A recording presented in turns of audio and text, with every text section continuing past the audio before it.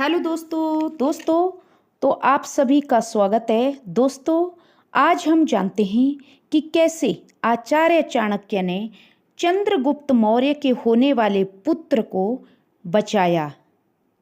दोस्तों इतिहास की एक ऐसी कहानी जो कि रोने पर मजबूर कर देती है। बहुत ही दर्दनाक ये कहानी है दोस्तों, जिसने कि इतिहास ही बदल दिया।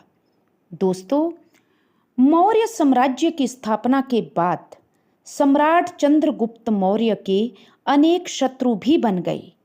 दोस्तों आचार्य चाणक्य ने जब राजा मगध के राजा धनानंद को हराया, उसके उपरांत चंद्रगुप्त मौर्य को शिक्षा दीक्षा देकर जब उन्होंने लड़ाई लड़ी और चंद्रगुप्त मौर्य जब मौर्य वंश के राजा बने मगध के, तो उनके बहुत सारे शत्रु भी बन गए।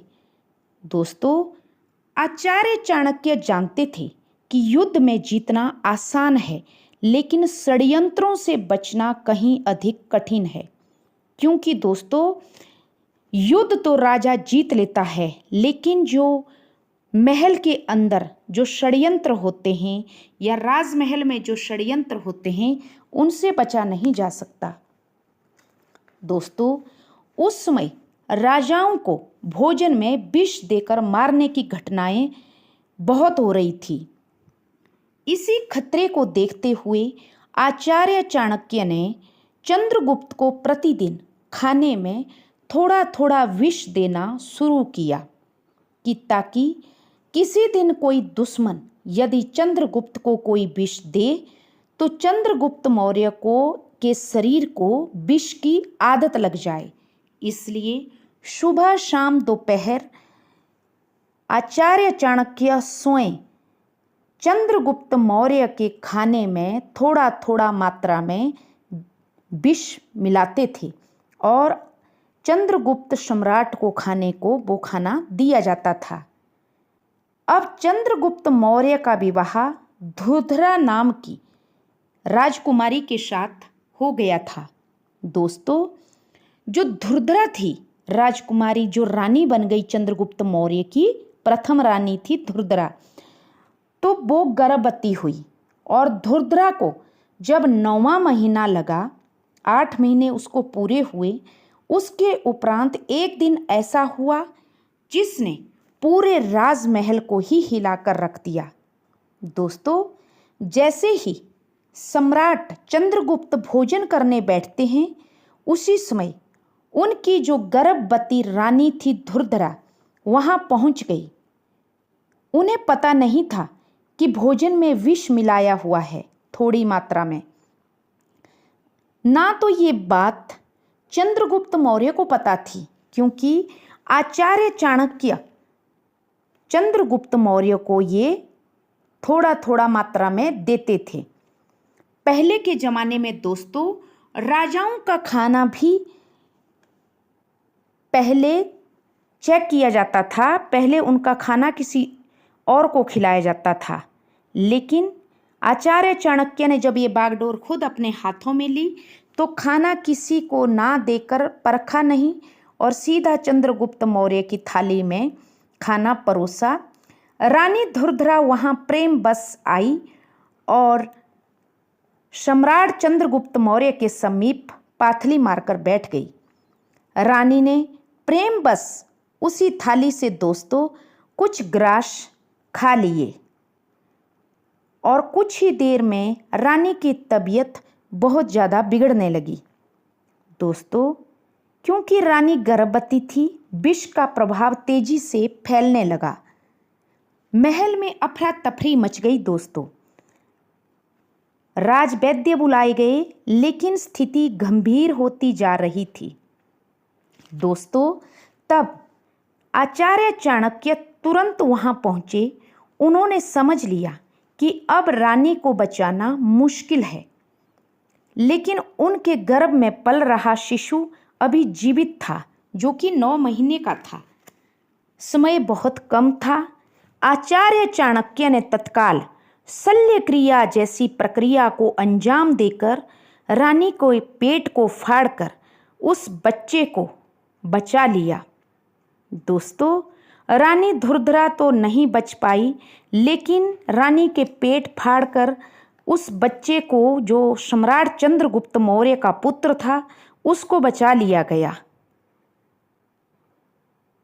चंद्रगुप्त मौर्य सम्राट बहुत दुखी हुए, लेकिन एक तरफ खुशी भी थी कि आने वाली संतान पुत्र के रूप में है और राज्य को उसका उत्तराधिकारी प्राप्त हो चुका है। लेकिन दोस्तों, विष की एक छोटी सी बूंद जो शिशु हुआ था पुत्र पैदा, उसके सिर पर गई थी। उसी बिंदु के कारण उसका नाम आचार्य चाणक्य ने बिंदुसार रखा। दोस्तों, आचार्य चाणक्य की सानिध्य में बिंदुसार पले बढ़े।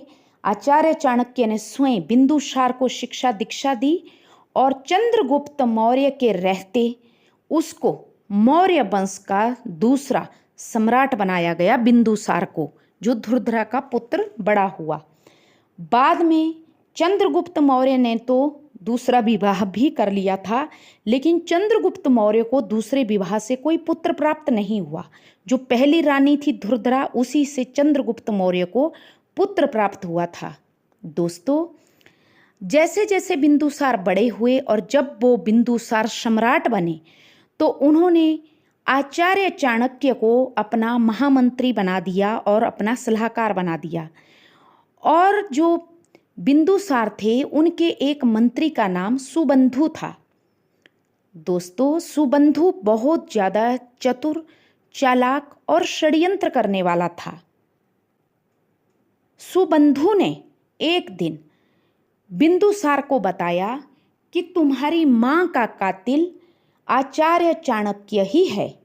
इसी ने तुम्हारी माँ को विष देकर मारा और फिर तुम्हारी माँ का पेट फाड़कर तुम्हारे को बाहर निकाला गया। इस पर दोस्तों, बिंदुसार तो अब राजा बन चुका था, सम्राट मौर्य वंश का। तो वो आचार्य चाणक्य के पास जाते हैं और उन्हें बहुत खरी खोटी सुनाते हैं और उनको, आचार्य चाणक्य को, अपने राज्य से भी बाहर निष्कासित कर देते हैं। दोस्तों, आचार्य चाणक्य, क्योंकि अब चंद्रगुप्त मौर्य तो बचे नहीं थे, तो आचार्य चाणक्य बिंदुसार के कहने पे राज्य से बाहर एक कुटिया बनाकर रहने लगते हैं। दोस्तों,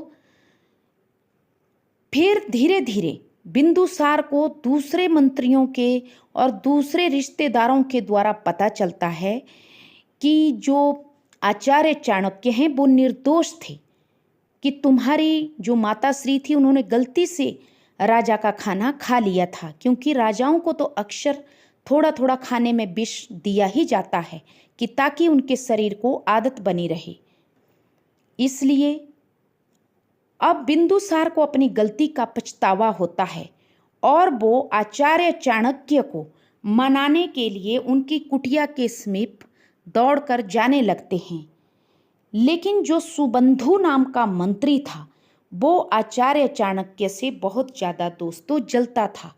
और सुबंधु ने जैसे ही रात के अंधेरे में आचार्य चाणक्य सो रहे थे, सुबंधु ने उनकी कुटिया पे चारों तरफ से आग लगा दी और आचार्य चाणक्य को जिंदा जला दिया। दोस्तों, जब तक बिंदुसार नंगे पैर वहाँ दौड़ के पहुँचे तब तक वो क्या देखते हैं कि उनके जो महामंत्री, उनके जो गुरु हैं आचार्य चाणक्य, वो मृत्यु को प्राप्त हो चुके हैं और उनकी कुटिया भी जल चुकी है।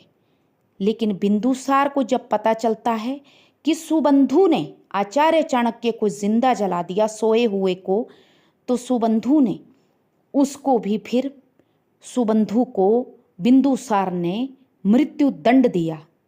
दोस्तों, एक षड्यंत्रकारी के षड्यंत्र के पीछे एक महान गुरु, जो कि हमारे को जीने की शिक्षा दे गया। कितनी सारी आचार्य की नीतियाँ आज भी हैं, आचार्य चाणक्य की, जिनको सीख सीख के हम लोग आगे बढ़ रहे हैं। तो दोस्तों, बिंदुसार अंत में बिंदुसार ने अपने हाथों से आचार्य चाणक्य का अंतिम संस्कार किया और बहुत ज़्यादा रोया। लेकिन अब रोकर क्या हो सकता था। तो ये थी दोस्तों आचार्य चाणक्य की कहानी कि उन्होंने शल्य क्रिया द्वारा कैसे बिंदुसार को उनकी मां के गर्भ से बाहर लाया था। दोस्तों ऐसी महान हस्ती को, महान आचार्य चाणक्य को हमारा कोटि कोटि नमन। तो ये थी दोस्तों कहानी। आशा करती हूँ आपको पसंद आई। तो थैंक यू।